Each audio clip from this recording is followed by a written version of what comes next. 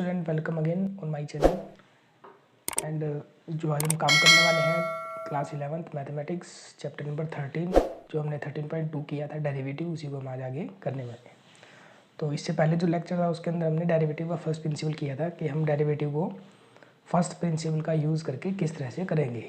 अब आज हम बात करेंगे कि डेरिवेटिव को डायरेक्ट किस तरह से किया जाएगा। तो ये बहुत ही इंपॉर्टेंट टॉपिक है और मैं पहले भी बता चुका हूँ, +2 में बड़ा काम आने वाला है ये, तो आप इसको अच्छे से देखिए वीडियो को। और स्टार्ट करने से पहले फिर मैं कहूँगा, अगर किसी ने सब्सक्राइब नहीं किया है तो प्लीज़ सब्सक्राइब कीजिए और अपने फ्रेंड्स में ज़्यादा से ज़्यादा शेयर कीजिए। तो लेट्स स्टार्ट। तो यहाँ पर हम सबसे पहले बात करेंगे अलजेब्रिक फंक्शन की। अलजेब्रिक और ट्रिग्नोमेट्रिक दो चीज़ों को हम यहाँ पर पढ़ेंगे। तो अलजेब्रिक के अंदर हमारे पास एक फॉर्मूला आ जाएगा, y is equal to x raise to power n। यहाँ आपको एक चीज़ ध्यान रखनी है, जो फंक्शन होगा उसको हम fx या y किसी भी से डिनोट कर सकते हैं। जैसे भी लास्ट हम डेरिवेटिव कर रहे थे फर्स्ट प्रिंसिपल से, तो हमने फंक्शन को किससे डिनोट किया था, fx, और जो इसका डेरिवेटिव था उसे हम कह रहे थे f डैश x। यानी फंक्शन को अगर हम fx से डिनोट करते हैं तो जो उसका डेरिवेटिव हुआ उसे हम क्या बोलेंगे, f डैश x बोलेंगे। और अगर हम फंक्शन को fx की बजाय किसी अलग वेरिएबल से शो कर देते हैं, जैसे हमने फंक्शन को, यानी ये पूरा फंक्शन हो गया और इस फंक्शन को हमने fx की बजाय किसका नाम दे दिया, y का नाम दे दिया। तो यहाँ पर क्या होगा, दो वेरिएबल हो जाएंगे, एक x वेरिएबल होगा, एक y वेरिएबल हो जाएगा, जो फंक्शन है जिसका नाम y है। तो y is a function in form of x। तो ये दो x और y वेरिएबल होंगे। इन x और y को छोड़कर बाकी जितनी भी चीज़ें यहाँ पर आएंगी वो सारी की सारी क्या हो जाएंगी, कांस्टेंट हो जाएंगी। बात आती है कि इसका डेरिवेटिव क्या होगा। तो x raise to power n, ये फॉर्मूला है, मैं लिखने वाला हूँ, इसको ध्यान से देखिएगा। तो इसके डेरिवेटिव को हम बोलेंगे dy बाई डी एक्स।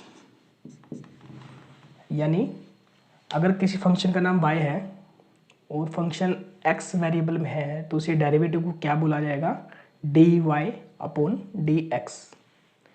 इसको बोला जाता है डेरिवेटिव ऑफ y, क्योंकि पूरे फंक्शन का हम डेरिवेटिव करने वाले हैं। फंक्शन का नाम हमने y रखा है, तो we calculate derivative of y with respect to x। यानी इसको हम इस तरह से बोलेंगे, derivative of y with respect to x। यानी हम जिस फंक्शन का डेरिवेटिव कर रहे हैं उसका नाम y है और इसको डेरिवेटिव किसके रिस्पेक्ट में किया जा रहा है वो कौन सा है, x है। रिस्पेक्ट मीन्स ये हो जाएगा कि अंदर हमारे लिए जो फंक्शन गिवन है उसमें वेरिएबल कौन होगा, x इज अ वेरिएबल। तो derivative of y with respect to x। अब मान लीजिए किसी फंक्शन का नाम हमने z रखा और अंदर t का फंक्शन है वो, तो यहाँ हम क्या कहेंगे, derivative of z with respect to t। तो इसे लिखने में कैसे लिखा जाएगा, dz अपॉन dt लिखा जाएगा। तो dz अपॉन dt मीन्स हो जाएगा dz, यानी derivative of z, derivative of z and dt means क्या हो जाएगा, विद रिस्पेक्ट टू t, यानी t के वेरिएबल के रिस्पेक्ट में यहाँ पर इसका डेरिवेटिव कर रहे हैं। तो ये आपको इस तरह से लिखना है। तो क्या फॉर्मूला होगा इसका, ये मैं आपको बताने जा रहा हूँ, तो ध्यान से देखिएगा। If y is equal to x raise to power n, यानी एक अलजेब्रिक है, x और पावर n है और हम इसका क्या करने वाले, डेरिवेटिव। तो y का डेरिवेटिव कितना हो जाएगा, dy बाई डी एक्स। तो x के n का डेरिवेटिव होगा n into x raise to power n minus 1। तो ये फॉर्मूला हो जाएगा किसी भी x की पावर n फॉर्मेट के लिए डेरिवेटिव करने का। तो dy by d x is equal to n into x raise to power n minus 1। Example लेते हैं, y is equal to x raise to power 6। तो x रेज टू पावर 6 का derivative हम करते हैं, तो फंक्शन का नाम y रख दिया और हम किसके रिस्पेक्ट में डेरिवेटिव करने वाले हैं, x के रिस्पेक्ट में। तो इसे क्या कहा जाएगा, dy upon d x is equal to, according to identity, x n का n जो भी पावर है वो इसके मल्टीप्लाई में आएगी और एक पावर को हम क्या करेंगे, माइनस कर देंगे। तो एक्स रेज़ टू पावर 6 का जो डेरिवेटिव कितना हो जाएगा, 6 पावर आगे आ जाएगी और x की पावर को हम एक क्या करेंगे, कम कर देंगे। तो फाइनली जो डेरिवेटिव आएगा x रेज़ टू पावर 6 का, वो 6 into x raise to power 5 हो जाएगा। तो इस तरह से हमने डेरिवेटिव का फर्स्ट स्टेप करना है। कुछ और एग्जांपल्स लेते हैं। y is equal to x raise to power 5/2। अब पावर किसी भी तरह से हो सकती है, रियल नंबर होना चाहिए। जैसे पावर 6 है, एक नेचुरल नंबर है, पावर नेगेटिव भी हो सकती है, पावर फ्रैक्शन में भी हो सकती है। नेगेटिव पावर को लेते हैं हम। y is equal to x raise to power -7। तो इसका डेरिवेटिव कैसे करेंगे, dy/dx is equal to, power को आगे लाएंगे, -7 प्रोडक्ट में आ जाएगा और इनटू में जो x की पावर -7 थी उसे हम क्या करेंगे, एक कम कर देंगे, यानी कि एक सब्ट्रैक्ट कर देंगे। तो तुम्हारा रिजल्ट हो कितना आ जाएगा, -7 into x raise to power -8। और पावर अगर फ्रैक्शन में आती है तो भी यही फॉर्मूला लगेगा। जैसे एक्स रेज़ टू पावर ने 5/2 ले लिया, तो इसका डेरिवेटिव क्या हो जाएगा, dy/dx is equal to x raise to power 5/2। तो पावर कितनी है, 5/2, 5/2 आगे आ जाएगा और इनटू में जो x की पावर थी उसमें क्या करेंगे, हम एक प्लस कर देंगे। तो फाइनली हमारा आंसर कितना आ जाएगा, 5/2 x raise to power 5/2 + 1 it is 7/2। तो ये हमारा इसका डेरिवेटिव आ जाएगा। तो इस तरह से हम x की पावर n के डेरिवेटिव को सॉल्व करेंगे। इसके अलावा मैं कुछ स्पेसिफाइड रिजल्ट्स लिख रहा हूँ, उसको भी आपको ध्यान से देखना है। हम बात करते हैं डेरिवेटिव ऑफ ओनली x। अगर हम किसके डेरिवेटिव की बात करते हैं, एक सिर्फ x के डेरिवेटिव की बात करते हैं, क्योंकि x की पावर कितनी होती है, 1 होती है। तो अगर हम इसकी पावर को आगे लाएं, 1 आगे लेके आएंगे और पावर 1 में से 1 माइनस कर देंगे। अब करके देखते हैं इसके ऊपर, dy/dx, x ओनली x का मतलब पावर 1 है, 1 पावर आगे आ जाएगी और x की पावर 1 में से 1 को हम क्या करेंगे, माइनस करेंगे। तो ये बन जाएगा x रेज़ टू पावर 0। और जब पावर 0 होती है तो रिजल्ट इज इक्वल टू 1। तो इट मीन्स क्या होगा, हम डायरेक्ट लिखेंगे इसे, जो x होगा, x का डेरिवेटिव कितना हो जाएगा, 1 हो जाएगा। The derivative of only x is equal to 1। Only x is identity function. इसी तरह से कुछ अलग अलग केस बता रहा हूँ मैं आपको। तो ये तो हो गया x की बात। तो जो x का डेरिवेटिव कितना हो जाएगा, 1 हो जाएगा। अगर हमारे पास कोई भी कांस्टेंट वैल्यू आई हुई है, और कांस्टेंट हम किसे कहेंगे, मैंने बताया 2 वेरिएबल हमारे पास होते हैं, एक y और एक x। y वेरिएबल है, x वेरिएबल है, क्योंकि y का डेरिवेटिव कर रहे हैं x के रिस्पेक्ट में। तो अंदर x के अलावा कोई भी वैल्यू आती है, वो वैल्यू हमारे लिए क्या, कांस्टेंट का काम करेगी। तो ऐसी कोई भी टर्म जो कांस्टेंट होगी, और जब हम उसका क्या करेंगे, डेरिवेटिव करेंगे, तो कांस्टेंट टर्म का जो डेरिवेटिव है वो कितना हो जाएगा, 0 हो जाएगा। क्योंकि ये फॉर्मूला सिर्फ और सिर्फ किसके लिए लगेगा, x की पावर n के लिए लगेगा। x के अदर कोई वैल्यू आती है, वो सीधा 6, 4, 7 भी हो सकता है, या a b c भी हो सकता है, अल्फ़ाबेट भी हो सकता है। x के अलावा कोई अल्फ़ाबेट आता है तो वो कांस्टेंट की तरह मानेंगे, और जो कांस्टेंट का डेरिवेटिव कितना हो जाता है, 0 हो जाता है। जैसे हम y का डेरिवेटिव करने वाले हैं। अब मैंने एक क्वेश्चन लिखा x + 2। इसको ध्यान से देखिएगा, y is equal to x + 2। x + 2 is a function which called is y। जैसे हमने क्या कहा, y का। तो हम y का डेरिवेटिव करने वाले x के रिस्पेक्ट में, तो इसको क्या बोलेंगे हम, dy/dx। अब आप यहाँ ध्यान रखिएगा, जैसे हमने पढ़ा भी हुआ है binomial, trinomial, monomial, number of terms के अकॉर्डिंग। तो इसमें 2 टर्म्स हैं, ये बाइनोमियल है। तो जब टर्म्स अलग अलग होंगी, एक टर्म तो हो गई मेरे पास x, दूसरी टर्म हो गई 2, तो हम यहाँ पर अलग अलग टर्म का डेरिवेटिव करेंगे, यानी कि इसका इसके डेरिवेटिव पर कोई इफेक्ट नहीं आएगा। तो कैसे करेंगे, सबसे पहले तो आ गया x। अभी हमने बताया जो x होता है उसका डेरिवेटिव कितना होता है, 1 होता है। तो x का डेरिवेटिव कितना हो जाएगा, 1 हो जाएगा। इसका डेरिवेटिव अलग हो गया। अब नेक्स्ट टर्म पे जाते हैं, plus that is only 2 and 2 is in respect of x के रिस्पेक्ट पे जो हम कर रहे हैं, 2 इज अ कॉन्स्टेंट वैल्यू, और कॉन्स्टेंट वैल्यू का डेरिवेटिव कितना हो जाता है, 0 हो जाता है। तो हमारे पास आंसर आ जाएगा x derivative 1, 2 derivative 0, 1 plus 0 is 1, तो derivative of x plus 2 is 1, तो x प्लस 2 का जो डेरिवेटिव कितना आ जाएगा 1 आ जाएगा। तो किसी भी ऐसी टर्म जो कॉन्स्टेंट होगी उसका डेरिवेटिव कितना हो जाएगा 1 हो जाएगा। यहाँ पर एक चीज़ और भी समझनी है, सॉरी 0 हो जाएगा कॉन्स्टेंट का डेरिवेटिव, तो कॉन्स्टेंट का डेरिवेटिव 0 होगा। अब एक चीज़ हमने क्या समझनी है, जैसे एक पार्ट हम वो ले लेते हैं y इज इक्वल टू, तो जैसे मैंने बताया कॉन्स्टेंट का डेरिवेटिव 0 होता है, तो इसी तरह एक हम एग्जाम्पल वो लेते हैं और ये आपको समझना होगा 3 into x raise to power 4। तो जैसे मैंने कहा कॉन्स्टेंट का जो डेरिवेटिव वो 0 होगा, ये तब होगा जब एक पूरी की पूरी टर्म कॉन्स्टेंट हो तभी 0 होगा, अदरवाइज वो 0 नहीं होगा।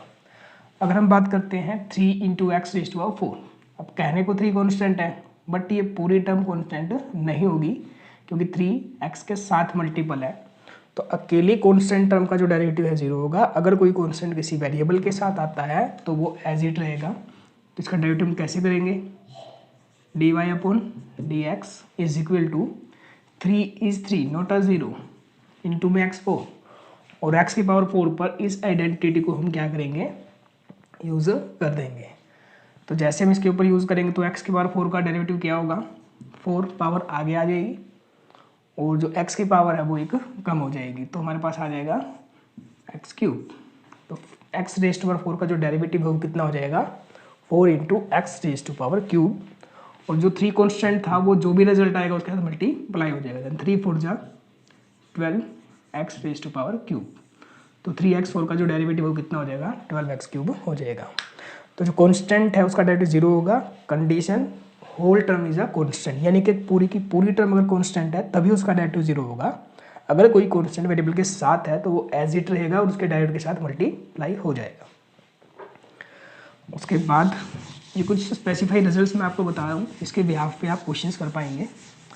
जो बात मैं यहाँ बता रहा हूँ आपको बड़े अच्छे से ध्यान से समझनी है और माइंड में भी रखनी है, तभी आप डेरिवेटिव आसानी से कर पाएंगे। Let's y is equal to root x, हमने ये पार्ट लिया। अब y equal to root x जो दिया हुआ है हमें, रूट को हम पावर में कन्वर्ट कर सकते हैं, क्योंकि ये आइडेंटिटी हम तभी यूज़ करेंगे जब हम x की पावर लेके चलेंगे। तो ये चीज़ हम प्रीवियस क्लास में पढ़ चुके हैं।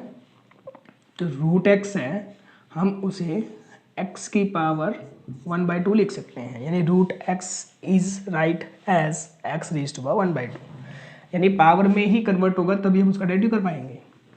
अब पावर जैसे मैंने भी बताया था, पावर चाहे नेचुरल हो, फ्रैक्शन हो, इंटीजर्स हो, नेगेटिव पॉजिटिव किसी भी प्रकार से हो, हम इस फॉर्मूले का क्या कर सकते हैं यूज कर सकते हैं। तो इसके हिसाब से इसका डेरिवेटिव क्या बनना चाहिए, और डेरिवेटिव को हम क्या बोलेंगे dy/dx, y is a function, then derivative y is back to x is dy/dx। तो x रेज टू 1/2 का डेरिवेटिव क्या होगा 1/2 आगे आ जाएगा, पावर जैसे है जो भी पावर है चाहे नेगेटिव है पॉजिटिव है फ्रैक्शन में आगे आ जाएगी, और x की जो पावर थी उसमें से हम क्या करेंगे एक सब्ट्रैक्ट, यानी एक पावर रिड्यूस हो जाएगी, तो ये हो जाएगा x रेज टू 1/2 माइनस 1 हो जाएगा। तो हमारा आंसर आता है 1/2 x रेज टू 1/2 माइनस 1। अगर हम 1/2 में से 1 को माइनस करते हैं तो रिजल्ट इज -1/2। तो ये हमारा इसका क्या आ जाएगा डेरिवेटिव आ जाएगा, क्योंकि हमने रूट एक्स को 1/2 में लिखा था। तो रिजल्ट हमारे पास जो बचेगा उसको हम थोड़ा एडजस्ट करके लिखेंगे। एडजस्ट मीन्स जैसे एक्स की पावर नेगेटिव है, पावर नेगेटिव को अगर पॉजिटिव बनाना है तो नीचे आ जाएगा, तो ये आ जाएगा 1/2 एक्स रेज टू पावर 1/2, क्योंकि x की नेगेटिव पावर थी फ्रैक्शन के नीचे आ जाएगा, डिनोमिनेटर में आ जाएगा, तो 1/2 into x raise to power half, और x की पावर हाफ को हम क्या लिख सकते हैं रूट एक्स लिख सकते हैं। तो इट मीन्स रूट एक्स का जो डेरिवेटिव है वो कितना हो जाएगा 1/2 रूट एक्स हो जाएगा। तो इस तरह से आप रूट एक्स का डेरिवेटिव कर पाएंगे। तो ये भी याद रखिएगा रूट एक्स का डेरिवेटिव किस तरह से करेंगे, क्वेश्चंस के बीच बीच में हमारे पास रूट एक्स आएगा। और उसके बाद हम बात कर लेते हैं एक टॉपिक और, y is equal to 1/x raise to power 4। तो इस क्वेश्चन को ध्यान से देखिए, ये y/x रेज टू पावर 4 है, यानी हम किसी भी फॉर्मूले को भी यूज़ करेंगे ना तो एक सिंपल फॉर्म होनी चाहिए, यानी कि डिवीजन फॉर्म में नहीं होना चाहिए, जैसे डिनोमिनेटर में नहीं होना चाहिए। ऐसा नहीं भी हम यहाँ डेरिवेटिव कर देंगे। तो अगर इस फॉर्म में कोई भी क्वेश्चन आ जाता है तो उसका डेरिवेटिव करने के लिए हम क्या करेंगे, इस x की 4 को फ्रैक्शन में ख़त्म करते हैं, तो इसको हम क्या लिख सकते हैं, x रेज टू पावर -4 लिख सकते हैं। तो 1/x आ जाए, 1/x² आ जाए, 1/x³ आ जाए, 1/x रेज टू पावर 4 आ जाती है, तो उसको हम इस तरह से डेरिवेटिव करेंगे। यानी 1/x रेज टू पावर 4 को हम क्या लिखेंगे, x raise to power -4। And now derivative, तो डेरिवेटिव क्या लिखेंगे, dy/dx is equal to x raise to power -4 is -4, power आगे आएगी जो भी थी, और x की पावर में हम एक क्या करेंगे, सब्ट्रैक्ट कर देंगे।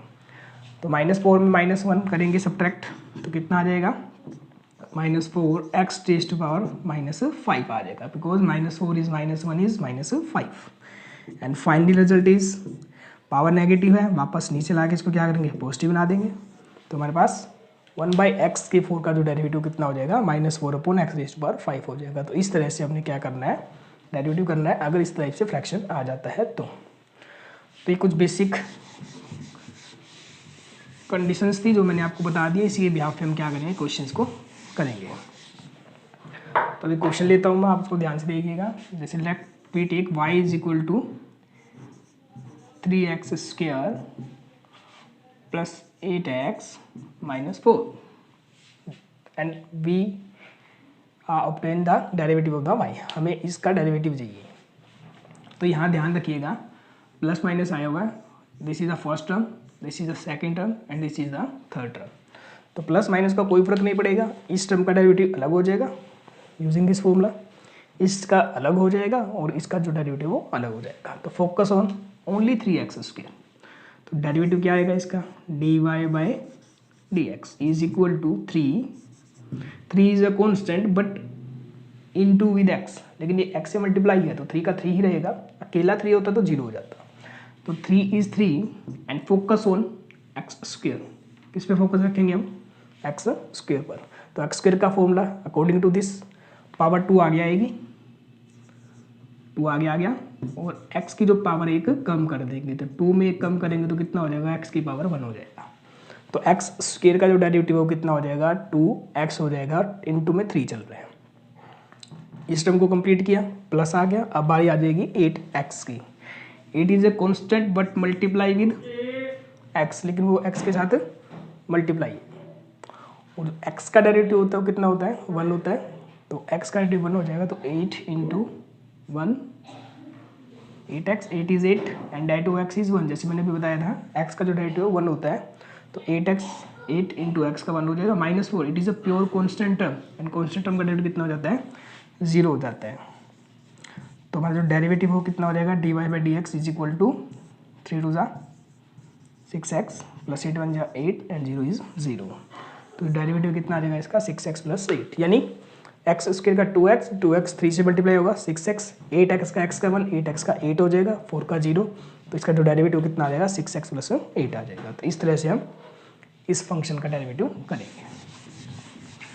तो जैसे अभी हमने अलग अलग टर्म का डेरिवेटिव किया, ये तभी पॉसिबल होगा अगर हम अलग अलग टर्म्स हैं। अब एक चीज़ लेट करते हैं, हम मानते हैं y is equal to x² plus 2 whole square आ गया। अगर हम इसका डेरिवेटिव करना चाहते हैं, क्योंकि इसकी पावर कितनी है, 2 है, होल पावर 2 का अगर हम डेरिवेटिव करना चाहें तो सबसे पहले हमें क्या करना पड़ेगा, इस स्क्वायर को ओपन करना पड़ेगा, क्योंकि जब तक हम स्क्वायर को ओपन नहीं करेंगे ये एक्सपैंड नहीं होगा। तो डेरिवेटिव करने से पहले हम क्या करेंगे, स्क्वायर को ओपन करेंगे, यानी a प्लस बी का होल स्क्वायर अप्लाई कर देंगे, a² plus b² plus 2ab, तो a², x² का स्क्वायर करेंगे, x raise to 4 that is a² plus b², 2 का स्क्वायर करेंगे, 2 2 4 and plus 2 into a into b, तो 2 into x² into 2 that is 4x²। तो square खुलने के बाद ये इस तरह से आ जाएगा, after opening the square we operate the derivative. Square open करने के बाद हम क्या करेंगे, इसका डेरिवेटिव करेंगे, क्योंकि अब हम ध्यान से देखें तो ये अलग अलग टर्म्स में कन्वर्ट हो चुका है। अब हम इसका डेरिवेटिव करेंगे, dy/dx is equal to x raise to power 4 का डेरिवेटिव हो जाएगा 4 into x raise to power 3। कैसे हुआ, वही पावर आगे आएगी, एक पावर कम कर देंगे, तो 4 एक पावर आ गई 4 into x raise to power 3 plus 4 is the only constant and only constant derivative is 0 and now derivative 4x square, x square का डेरिवेटिव कितना हो जाएगा 2x, 4x स्क्वायर कितना हो जाएगा 2x, 4x के साथ था साथ ही रहेगा, तो हमारा फाइनल रिजल्ट कितना आ जाएगा 4x cube and plus 4 to ज़ा 8x। तो इस तरह से हम इस क्वेश्चन को कर पाएंगे 4x क्यूब प्लस 8x। तो ये डेरिवेटिव आप इस तरह से कर पाएंगे। तो स्क्वायर है क्यूब है, पहले हम उसको ओपन करेंगे एक्सपेंड करेंगे और उसके बाद हम उसका डेरिवेटिव करके चलेंगे।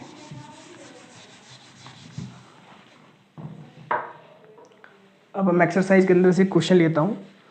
एक्सरसाइज 13.2 का क्वेश्चन नंबर 9 का थर्ड पार्ट मैं ले रहा हूँ।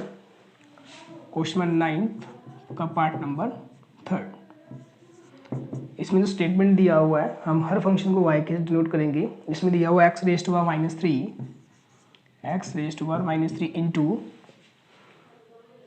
5 प्लस 3x कितना हो जाएगा 5 प्लस 3x हो जाएगा। तो इस फंक्शन को अगर आप ध्यान से देखते हैं ये दो फंक्शंस आपस में क्या हो रहे हैं मल्टीप्लाई हो रहे हैं। डायरेक्ट डेरिवेटिव हम तभी करेंगे जब टर्म्स आपस में प्लस माइनस फॉर्म में हो तो, बट यहाँ पर क्या हो रहा है आपस में मल्टीप्लाई हो रहे हैं। जैसे भी हमने पहले स्क्वायर खोला था उसके बाद हमने डेरिवेटिव किया था, इसी तरह यहाँ हमने पहले इनका प्रोडक्ट फाइंड करना है यानी इनको मल्टीप्लाई करेंगे उसके बाद हम इसका डेरिवेटिव करेंगे। तो कैसे होगा इसका derivative dy upon dx is equal to x raise to minus 3 multiply with 5। X minus 3 को 5 से मल्टीप्लाई करें कितना आ जाएगा 5 into x raise to minus 3 plus x minus 3 multiply with 3x। तो 3 इज 3, x माइनस 3 को x से multiply करेंगे क्योंकि जब x को x से मल्टीप्लाई करते हैं पावर क्या होती है ऐड हो जाती है। तो क्या बनेगा x raise to power minus 3 multiply with x is 1, तो पावर ऐड होगी -3 और 1 को जब ऐड करेंगे वी गोट -2। तो x माइनस 3 को जब x से मल्टीप्लाई करेंगे that is x raise to power -2। Sorry यहाँ पर dy/dx नहीं आएगा, that is y, only y। अभी हमने इसका डेरिवेटिव नहीं किया है, अभी सिर्फ हमने x माइनस 3 को क्या किया इसे मल्टीप्लाई किया है। तो जैसे मल्टीप्लाई करेंगे एक टर्म्स के फॉर्म में आ जाएगी और उसके बाद हम इसका डेरिवेटिव करेंगे जो कितना हो जाएगा dy/dx, y is dy/dx is equal to x raise to minus 3। वही पावर कंसेप्ट लग जाएगा, -3 है तो -3 आगे आएगा और एक x की पावर को माइनस कर देंगे। तो 5 इज़ 5, -3 मल्टीप्लाई में आ गया और x की पावर -3 में -1 करेंगे तो x की पावर -4। अब डेरिवेटिव हो रहा है ये। Similarly plus 3 x raise to -2 को आगे लेके आएंगे और एक पावर को हम कर देंगे कम, तो x के -2 कितना हो जाएगा -3 हो जाएगा। तो रिजल्ट आ जाएगा 5 3 जा -15 x raise to -4 and this is -6 and x raise to -3, that is the result. तो ये हमारा इस क्वेश्चन का रिजल्ट आ जाएगा। तो इस तरह से हम डेरिवेटिव को क्या करेंगे कंप्लीट कर पाएंगे। तो ये था फर्स्ट प्रिंसिपल के अलावा कि हम किसी फंक्शन का डायरेक्ट डेरिवेटिव किस तरह से करेंगे। अब जब x और x आपस में मल्टीप्लाई होता है या फिर x और x आपस में डिवाइड फॉर्म में आ जाता है, जैसे पी वाई के फॉर्म में ऊपर भी x है नीचे भी x है, तो वहाँ हम डायरेक्ट डेरिवेटिव नहीं करेंगे। अगर वो प्रोडक्ट फॉर्म में है तो प्रोडक्ट रूल है वो लगेगा, और अगर x by x divide rule आ जाता है तो वहाँ पर डिवाइड रूल लगाएंगे। तो प्रोडक्ट और डिवाइड रूल जो होगा वो हम नेक्स्ट लेक्चर में पढ़ेंगे। तो आपको सिंपल डेरिवेटिव क्योंकि स्टार्टिंग है बेसिक है, अब पहले वो आपको करना है।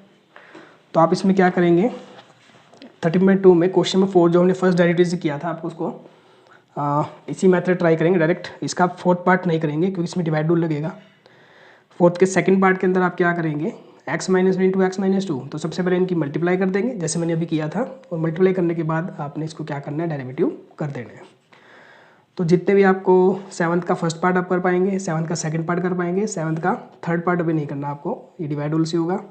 क्वेश्चन नंबर 9th में फर्स्ट हो जाएगा, सेकंड हो जाएगा, थर्ड हो जाएगा, फोर्थ हो जाएगा, फिफ्थ हो जाएगा। क्वेश्चन नंबर 6th भी आप अभी नहीं कर पाएंगे क्योंकि इसमें डिवाइड रूल अप्लाई होना है। तो ये क्वेश्चन आपको कंप्लीट करने हैं। इनके अलावा कुछ क्वेश्चन मैं दे रहा हूँ आपको, और इन क्वेश्चंस को भी आपको ट्राई करके देखना है। तो क्वेश्चन आप नोट कर लीजिए, जो क्वेश्चन मैं आपको देने वाला हूँ अभी, √x प्लस 1/√x का whole square.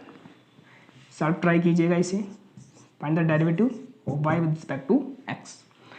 Similarly x square minus 1/x² का whole cube and question number third is y is equal to x² plus 1 into में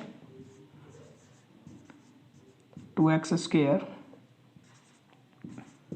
प्लस 3x माइनस 1। तो ये 3 क्वेश्चंस हैं जो आपको सेल्फ ट्राई करने हैं, मेरी तरफ से है ये। तो थोड़ा हिंट देता हूँ मैं, a प्लस बी का होल स्क्वायर। तो सबसे पहले क्या करेंगे आप, इसका स्क्वायर ओपन करेंगे और जब टर्म्स अलग अलग आ जाएंगी तो उसका हम डेरिवेटिव कर देंगे। सिमिलरली a माइनस बी का होल क्यूब, 10th तक हम ये फॉर्मूला यूज़ कर चुके हैं।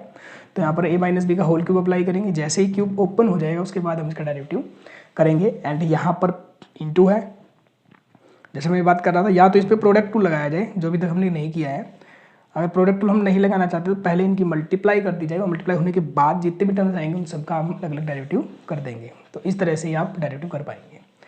तो ये डेरिवेटिव का बेसिक था और बड़ा ही इंपॉर्टेंट है। स्टार्टिंग किसी भी टॉपिक का जब हम स्टार्टिंग देखेंगे, इनिशियल वैल्यू देखेंगे, वो जब हमें आएगी तभी हम आगे चीज़ समझ पाएंगे।